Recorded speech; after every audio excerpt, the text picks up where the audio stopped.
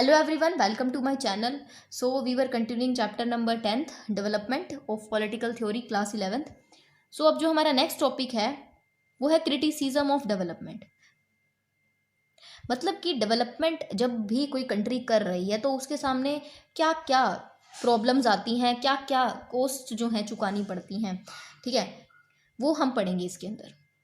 अब जो सबसे पहला पॉइंट है वो इकोनॉमिक कॉस्ट, ठीक है। इकोनॉमिक कॉस्ट क्या क्या चुकानी पड़ती हैं कंट्रीज़ को डेवलपमेंट करते टाइम। तो क्या होता है कि ज़्यादातर जो मैंने आपको पहले ही बताया था कि जो डेवलपिंग कंट्रीज़ होती हैं अगर उन्हें डेवलपमेंट करनी है, अब उनके डेवलपमेंट के गोल्स क्या होते हैं। मैंने आपको पहले बताया, इकोनॉमी इंक्रीज़ करनी, मॉडर्नाइजेशन करनी, एग्रीकल्चर में एजुकेशन को मॉडर्नाइज करना, इंडस्ट्रियलाइजेशन करना। तो इसके लिए पैसा चाहिए। देखिए हर चीज़ में पैसा तो लगता ही है।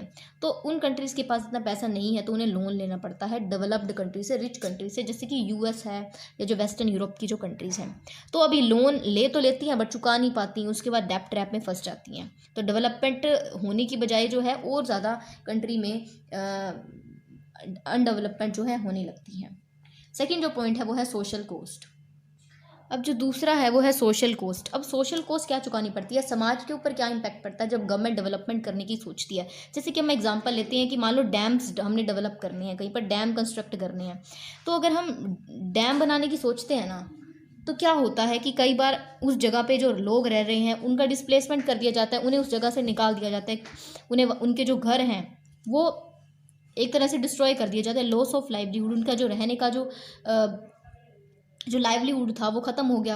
साथ ही साथ ट्रेडिशनल स्किल्स या फिर जो उनके ऑक्यूपेशन थे वो ख़त्म हो जाते हैं। जो हमेशा से वो जो वहीं रहकर उसी जगह पे रह के जो वो ऑक्यूपेशन करते थे, अपना जो घर था वो चलाते थे, वो अब ख़त्म हो गया पूरी तरह से।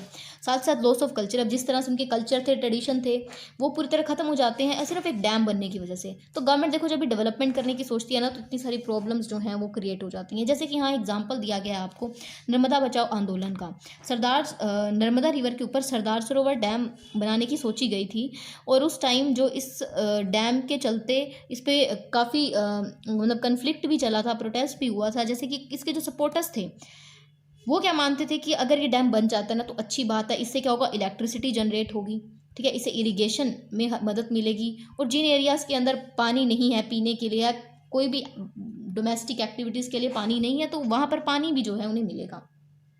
वेरा जो इसके ओपोनेंट में थे, जो इसको सपोर्ट नहीं करते थे, वो मानते थे कि इससे डिस्प्लेसमेंट होगी लोगों की, लाइवलीहुड ख़त्म हो जाएगा, घर जो हैं वो बर्बाद हो जाएंगे, समर्जेंस हो जाएगा लैंड का, ठीक है। ये जो है इन लोगों का मानना था, ठीक है, जो इसके सपोर्टर्स में थे या जो इसके ओपोनेंट्स में। अब देखिए बात तो सही है, जब डैम्स बनेंगे तो देखिए इससे कुछ ना कुछ एडवांटेज तो मिलेगा, बट सबसे ज़्यादा जो डिसएडवांटेज होगा वो ये है कि वहाँ के रहने वालों लोगों का जो ऑक्यूपेशन था, जो घर है, जो कल्चर है, वो ख़त्म हो जाएगा, ठीक है। अब जो हमें थर्ड कॉस्ट चुकानी पड़ती है वो होती है इन्वायरमेंटल कॉस्ट। जब डेवलपमेंट कर रहे होते हैं ना तो इन्वायरमेंट के ऊपर कितना इफेक्ट पड़ता है। देखिए देखिए क्या होता है ना कि जैसे 2004 के अंदर सुनामी आया था साउथ 2004 के अंदर सुनामी आया था साउथ ईस्ट एशियन कंट्रीज़ के अंदर, ठीक है। अब देखो होता क्या है कि कोस्ट के ऊपर कुछ बिल्डिंग्स वगैरह बनने की वजह से जब सुनामी आया, अब सुनामी देखिए नेचुरल डिजास्टर है, हम इसको रोक नहीं सकते, कंट्रोल करना चाहिए हम नहीं कर सकते हैं। तो ये आया ना तो इसकी वजह से देखो डिस्ट्रक्शन हो गया मैंग्रोव्स का, मैंग्रोव फॉरेस्ट है वो पूरी तरह से डिस्ट्रॉय हो जाते हैं। ये क्यों होता है, और इससे लाइफ की काफ़ी ज़्यादा मतलब हमें लाइफ की काफ़ी ज़्यादा लॉस होता है, प्रॉपर्टी काफ़ी ज़्यादा जो है लॉस होता है। क्यों होता है, बिकॉज इसके कोस्ट के ऊपर जो है बिल्डिंग्स डेवलप की जाती हैं। दूसरा जैसे कि अब देखिए आर्टिक और एंटार्क्टिक के अंदर आइस मेल्ट हो रही है। क्यों हो रही है, क्योंकि टेम्परेचर इंक्रीज़ हो रहा है, कार्बन डाइऑक्साइड का अमाउंट इंक्रीज़ हो रहा है, इसकी वजह से ग्रीन हाउस इफेक्ट हो रहा है, ग्लोबल वार्मिंग हो रही है, ठीक है। अब देखिए जब भी फैक्ट्रीज लगाई जाती हैं, फैक्ट्रीज भी तो इंडस्ट्रियलाइजेशन के लिए लगाई जाती हैं ना, हम क्यों करते हैं, फैक्ट्रीज डेवलप हों ताकि इंडस्ट्रियलाइजेशन हो। तो फैक्ट्रीज अगर हम डेवलप करेंगे तो क्या होगा कि पोल्यूशन तो बढ़ेगा ही, फैक्ट्रीज आएंगी तो देखो अब एयर पोल्यूशन बढ़ रहा है। अब एयर पोल्यूशन ये तो है नहीं कि रिच और पुअर के बीच में डिस्क्रिमिनेट करेगा, वो तो सभी को कॉमन ही समझेगा ना। तो देखो पोल्यूशन से कितनी सारी प्रॉब्लम्स क्रिएट होती हैं लोगों के लिए, अंडर डेवलप्ड जो अंडर प्रिविलेज्ड लोग हैं उनके लिए तो प्रॉब्लम क्रिएट करेगा ही, बल्कि जो रिच पीपल है उनके लिए भी प्रॉब्लम क्रिएट करेगा पोल्यूशन। दूसरा जैसे यहाँ पर दे रखा है अमेजोन रेन फॉरेस्ट के बारे में।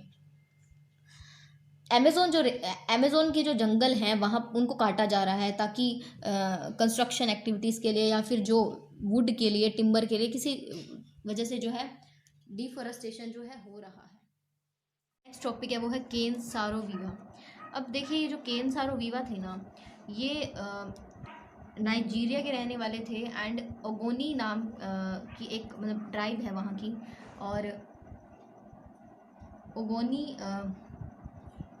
जो है सॉरी वहाँ पर क्या है एक रीजन है, वहाँ के रहने वाले थे और ये उनका जन्म जो है वहीं पर हुआ था। तो जो केन सारो वीवा थे काफ़ी ऑक्यूपेशंस थे उनके, ऑथर भी थे, जर्नलिस्ट भी थे, टेलीविज़न प्रोड्यूसर भी थे। तो क्या होता है कि ऑयल जो है 1950s के अंदर ऑयल जो है ओगोनी के अंदर मिलता है, ठीक है। अब वहाँ पर देखो ऑयल मिल गया, तेल जो है वहाँ पर मिला है, तो बहुत सारी वर्ल्ड की जो कंट्री जो कंपनी थी वो वहाँ पर आ जाती हैं, ठीक है। बहुत सारी वर्ल्ड की जो बड़ी बड़ी कंपनियां हैं वो यहाँ पर आती हैं, सोचती हैं कि ये जो ऑयल है ये उन्हीं को ही मतलब जो है मिले, वो अपनी कंट्री अपनी जो कंपनी है उसको आगे बढ़ा सकें। तो काफ़ी करप्शन वगैरह जो है यहाँ पर होने लगता है। तो केन सारो वीवा जो हैं वो क्या करते हैं, सोचते हैं कि अगर इसी तरह से ये चलता रहा तो यहाँ के जो ओगोनी पीपल हैं तो गरीब रह जाएंगे, क्योंकि ये जो ऑयल है ये क्या है नेचुरल रिसोर्स है, ओगोनी के लोगों का ही है, नाइजीरिया के लोगों का ही है। तो ये बाहर की जो कंपनियाँ हैं ये क्या कर रही हैं, ये तो सिर्फ इनका फ़ायदा उठाने की कोशिश कर रही हैं, ठीक है। अब उन्हीं की कंट्री का रिसोर्स जो है दूसरी कंट्री क्यों यूज़ करें। तो उन्होंने फिर एक मूवमेंट चलाई जिसका नेम था movement for the survival of Ogoni people, MOSOP, ठीक है, मोसोप।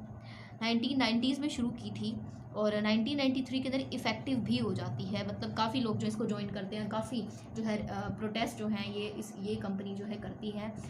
लेकिन क्या होता है कि केन सारो वीवा को किसी न किसी तरह जो है किसी केस में फंसा दिया जाता है और 1995 में जो है इन्हें एग्जीक्यूट कर दिया जाता है।